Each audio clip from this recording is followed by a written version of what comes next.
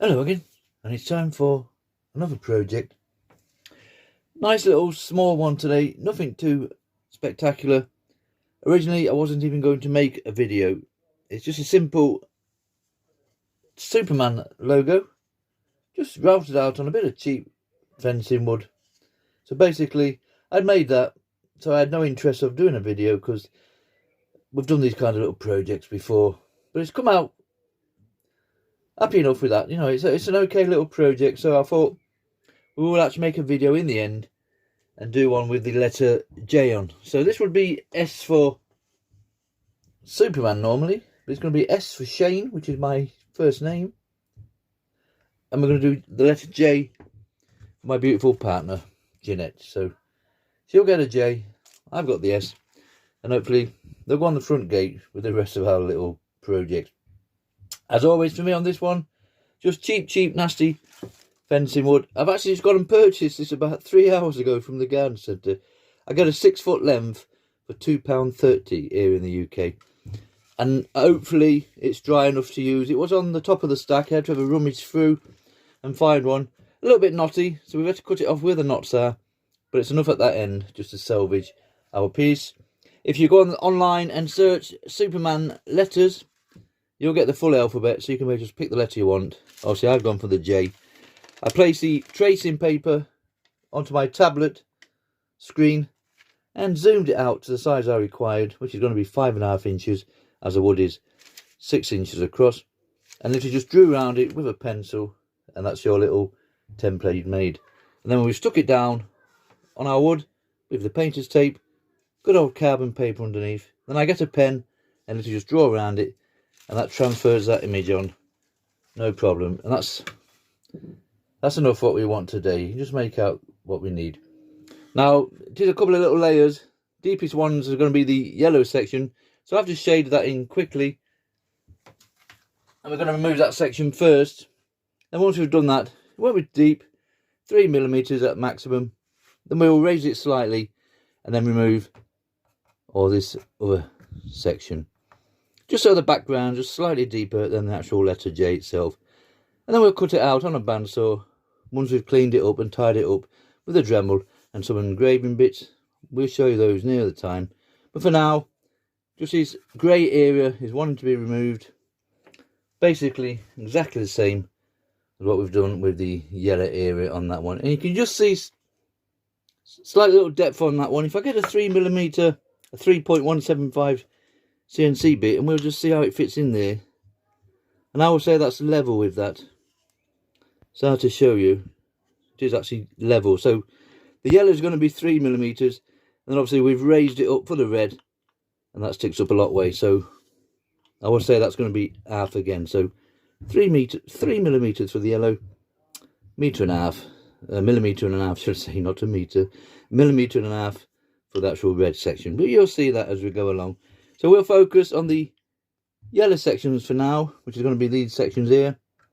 We'll go around there with the CNC bit, and then we'll come in with the end milling bits, which are these pieces here. These are fantastic for clearing out with. I will put a description, good old eBay for me for these, and then we will use those to clear out the areas there.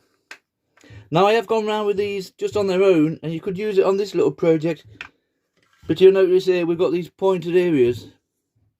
So as we come in with our CNC bit, we're just going to get a better section to that point. And as you come towards the point, we'll lift the route out and take it nice to the tip. And then as we come away, we'll submerge the route a bit more. And hopefully that will give us more of the crispy corner. Whereas these end milling bits, because they are round, don't matter how you do it, you could route out those lines exactly the same with this end milling bits. But as you come to that corner there, and then go down there, we're going to have a round tip on there. And it doesn't really matter, it's not that important. I've tried to do it on these ones here, if I can just show you. Like there, look, it's not the perfect point in the world. And you might literally just got away with that. So it's a personal choice, what you want to use. But CNCs today, 20 degrees, they do come in 15s, 30s, 10s. But they have a small shaft on them, a 3.175mm. So you won't need an adapter collet. That's basically just an adapter reducer collet. 6.35mm, and your Dremel size, that will fit a Dremel, just slides into there, and that's now got a 1/4 inch shaft on it, or 6.35mm. That will fit your router, no problem. And then we'll literally just set it on top of here to get our depth of the yellow one, and then route out these inner sections, and then we'll pop on the end milling bit and clear all the yellow sections. And then we'll basically come back again, we'll raise it slightly up to 1.5 millimeters maybe, and go around the outer lines and all these straight lines here. Now I just do this freehand, and that's going to be near enough what I want. Okay, let's pop our little CNC bit in at 3mm and start routing out the inner sections of the shaded area. Right, we've got the router bit in the router. We've got our reducer adapter collet inside there, and that's set at roughly 3mm. We've used this one as our little guide, and as we pop that on there, we've lowered that down and set it nicely to the depth of the yellow section. So we know that's more or less going to be exactly the same as the J when we finish that one. Okay, let's just start routing out the inner lines. Remember, you always want to route out up to the lines, not on the lines, because if you went onto that line there and routed that, and then also on the line above it and routed that, you're going to narrow that section in the middle there. So always to the left of that line there, to the bottom of that one there, and to the right of that one there. You get used to it after a while. Then obviously when we come to do removing the red section, which will be the letter J, we'll come in into the outer line there. So hopefully we'll be left with that nice little framework there, little line all the way around. And then with two different depths. Yellow is just slightly deeper than the red, but you could do it at one level, it doesn't matter. It just gives a bit more of an effect. We could have probably even gone deeper on that, to be honest, but these little 1 hour projects, should we say, we don't need to go too fantastic. Okay, let's start routing this one out.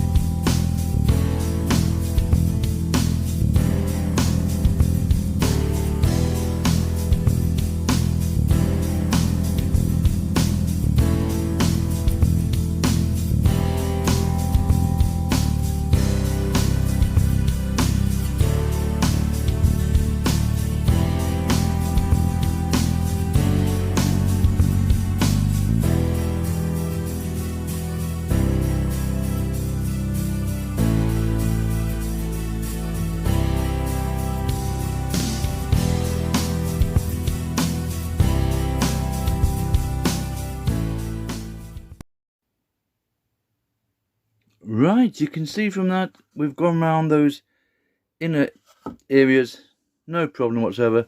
Now don't be overly concerned if you don't get it right up to the line. You can see there, look, we've still got our pencil line, so we've routed out up to the line all the way around. Remember, this is on these four little sections here because they are the deepest ones. Now we're going to remove these now. You could leave those to the end and raise the route a bit slightly and do the rest of the area, but we're just going to route all these out because we've still got plenty of room on there with that letter J and the surrounding area for our router to still fit on like so. I have quite a small base on mine, I think it's 6 inches, so the more wood I can leave on there the better, but removing those 3 or 4 little sections isn't going to affect us at all. So it's just a simple case of removing the CNC bit from the reducer collet. Remember, we're going to use that again to go to the outside of these lines, but not as deep as the inner sections, and simply just popping on one of our end milling bits, the same size shaft, 3.175. So we'll just slot that in up to that little coloured barrier there. I struggle to find these with the barriers on now, so they do come without the barrier, so they look slightly different, but they are exactly the same bit. So we'll pop that in. Notice there we've cleared some little sections out. That allows us to come in with the router. We set it to that depth and literally remove those little sections there. And then we'll come back again, pop on our CNC bit and literally do the outer sections. Okay, let's remove those inner ones now.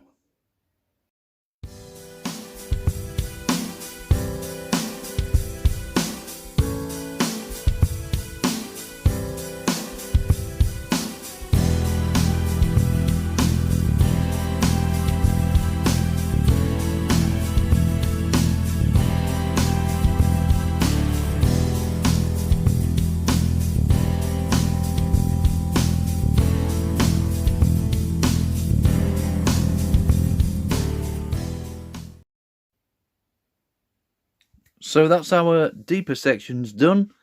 That's come out no problem with those end milling bits, and we'll need that one again, remember, when we come to remove all the larger areas. And you can see from that, it's certainly near enough for what we need. We're not too concerned if it's not perfect up to the lines here, remember. We are going to come in afterwards with a little engraving bit like this. eBay again. We'll put that into our flexi cable, and we will literally go around and give it a nice little tidying up. And because the sides are gritted as well, should I say, roughed, I don't know what you would call it, but we can just nibble away like so when we go around and just get that nearer to that line as we think we need. So that's our deeper sections done now. So the CNC bit has gone back into the router. We'll use our template here, and we simply just pop the router on there like so.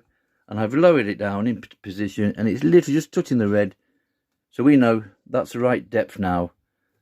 So when we route out this one, it should be near enough the same as this one. Okay, let's do our lines first with the CNC bit all the way round these areas, and then we'll come on back with the end milling bit and basically do exactly the same as what we've done there, but obviously we're not as deep because we are just skimming over the red, and that's just enough to leave you that 1.5mm lip all the way round. I'll do that quickly, and then when we come back we'll be ready for cleaning it out.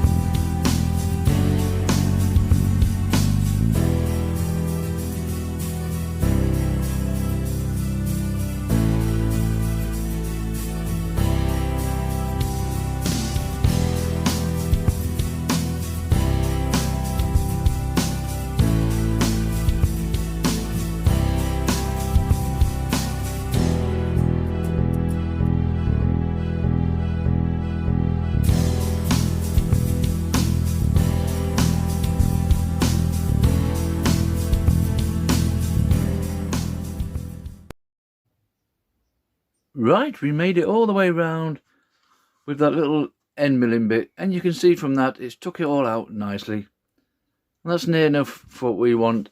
And like I said previously, you can just about see the pencil line all the way around. Remember, we've routed up to the line, and it's hard to see, but this outer section is a little bit less deeper depth wise than the inner section, so hopefully we'll get the effect that we're after. This will look totally different again once the paint's gone in. We're going to paint red for all the outer section, and the J yellow's in there, and I've got myself some nice dark teak wood stain just to cover the outer section. Obviously on original logo that might be nice painted in blue, but I'm just going to go for a bit of stain just to make it a little bit different. So for now we're just going to go around and give it a general tidy up. It doesn't need a lot. The end billy bits do route out nicely and tidy up. I like to use a engraving bit on the end of a little flexi cable there. Just eBay specials again. These are your engraving bits. They come all in all different sizes. round ends, flat ends, like so. Not to be confused with carving bits. If you order carving bits, you'll obviously come with chunkier things like that. So engraving bits, carving bits. Just be aware of that when you make sure you get the right ones. And I've got one with a nice flat bottom, as we say, and that will just allow me to go inside. Doesn't need a lot, and just give it a general quick tidy round, just to get any little fluffy bits that we're not too comfortable with, and then good old bit of sandpaper just to get in there, line it up, and just round off those edges slightly. Just remove any pencil lines, like so. Once you've given it all nice tidy up, we're going to pop this onto a scroll saw and cut it out. But we'll tidy it up first, and then we'll talk about the little scroll saw. You could quite easily cut this out on a bandsaw. There's nothing fancy about it. Even a handsaw, if you haven't got any of the two I've mentioned, and it's just going to cut it out like so. But before that, a little tidy up.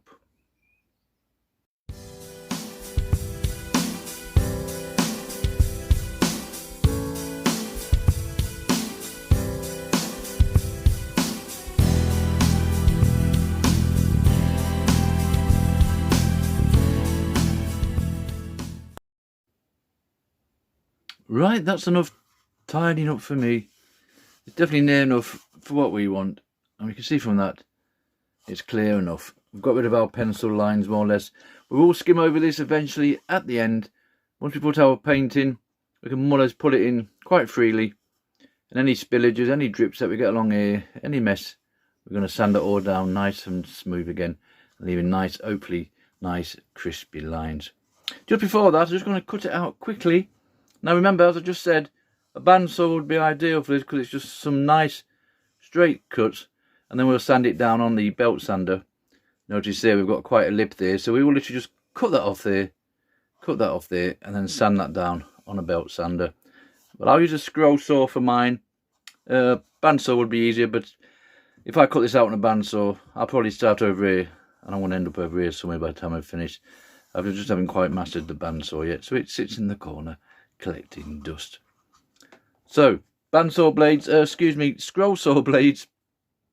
If you just never used a scroll saw before, basically quickly, three types. You get the basic pin blade. They have a little pin at top and bottom like so, and you would hook those into your more cheaper saws. You want the teeth facing towards you, and they want to feel smooth on the way down and rough on the way up. That way you know you've got your blade in correctly, and this would be ideal for this kind of project because there's nothing too complicated about it. On your more advanced saws, they do a pinless blade.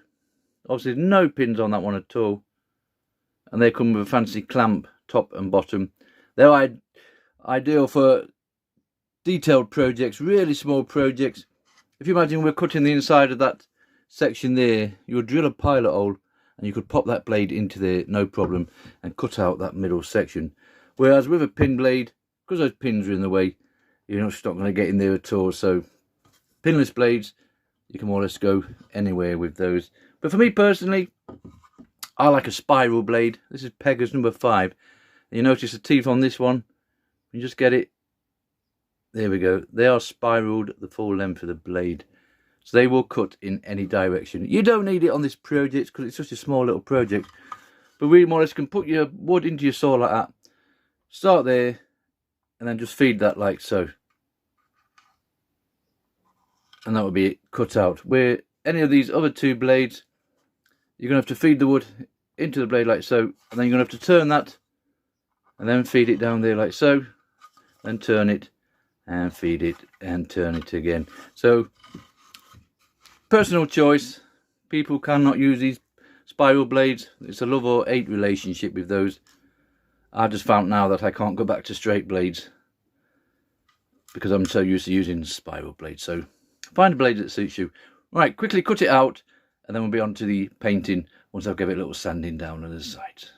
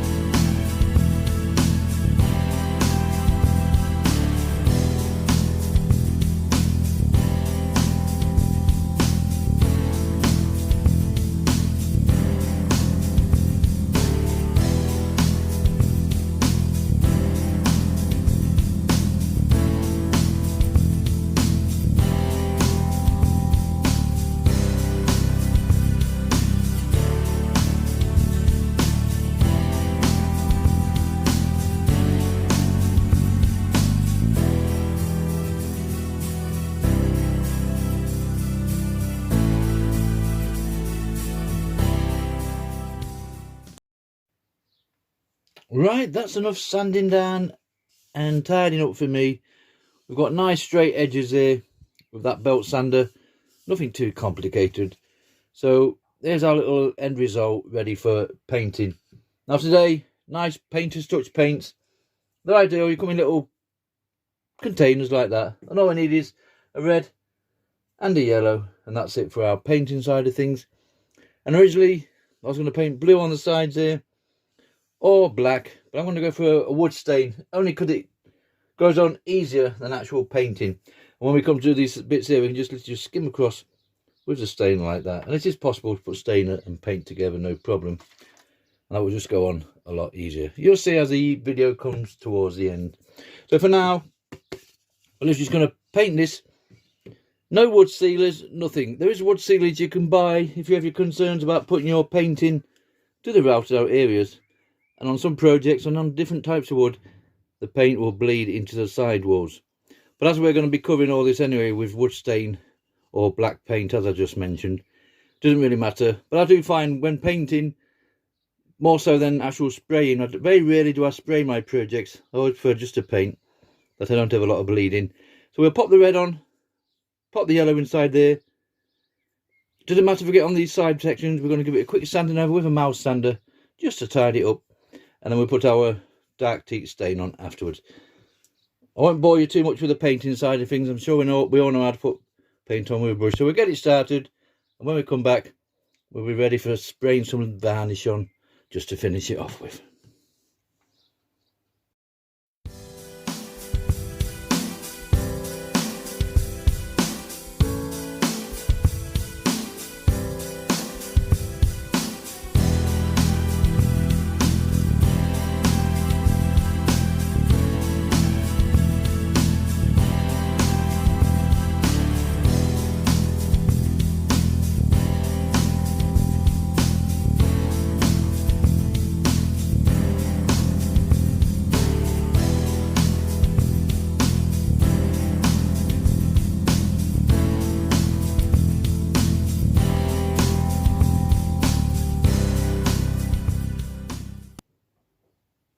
Right, we're heading towards the finishing line. So we've got our acrylic paints in, we've put that wood dye on, teak should I say, and it works fine. Don't put it on too thickly, and we've got no issues with those side walls, you can just see in there, so none of it's gone down the sides. And we also thrown a bit on the back. Now this will look different again once we put a bit of varnish on. I do like to use a bit of varnish on my projects. One, for a little bit of protection. They won't be the best in the world. In a couple of years' time, they will start showing their age. But for indoor pieces, I certainly have no problem. It'll be a gloss varnish. It could be a multi-liquid, whatever we've got kicking about is one I will use on the day. If I can just show the difference between the one we made before, I was shining that with. You see how the varnish really brings out those grains. The only downside is it will bring out any imperfections on your sanding. Like there, those three there. Well, I've got lazy and just not sand it flush. But these are just for my own personal use. If you were making them for somebody else, you'd also take more time about it. So be prepared for that. And you will see the difference here between a varnish piece and an unvarnished. And hopefully, once we've popped this on, the new one we've just made, we will hopefully get the same effect. Okay, so I'll just nip this outside, give it a quick spraying. Once it's dry, this little project will be finished.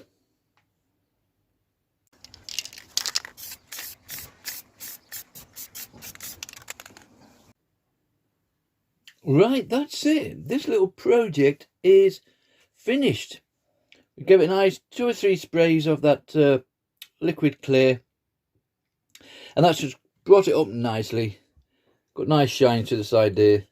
Like I said previously, you can see that mess there. That's because I'm too lazy and I haven't sanded it down. But you get nice bit of sanding down, and you get a nice clear side light. So, but these are just for me, so there's nothing too important about being overly fantastic. But I do like the wood dye, and then when you put that spray on, it just really makes it nice. This would be ideal finish for indoor projects, but these are little outdoor projects just to go on the gate, so it won't last forever. But it's more the enjoyment of making the piece. then the actual, it's going to last 20 years down the line. I'll be well gone by then. And there's the other one, just to finish it off. So we've got a nice S there for Shane, and we've got a nice J there for Jeanette. And that little project is finished. So it measures in at 5.5 inches by 7.5 inches across on rough old fencing wood. We routed out with those little CNC bits and then the end mill bits to do all the clear out with. And then we painted with Painter's Touch paint. They're ideal for outdoor projects, certainly got no problem with them. And the outer one, which we were going to do with black originally, we just put wood dye on there, nice dark teak, and we've had no issues with that. And just give it a nice finish and finish it all off, nice shiny stuff. We just sprayed a bit of varnish on. It personally doesn't matter what varnish I use, whatever's kicking about on the day will work for me. So that's it. There's our two little projects, nicely finished, and they're near enough. Now for hanging purposes, I would normally put a slit on the back. You could route out a slit with what they call a keel slot. Pop that into there, do a nice slit, pop it onto your screw and slide it back on again. But as they are going on the gate, I can literally just screw through the back of the gate, through the gate and into the back of the pieces, and that will hold it in place, no problem whatsoever. And that will be near enough for what we want today. So that's it. This little project is finished. Thank you very much for watching.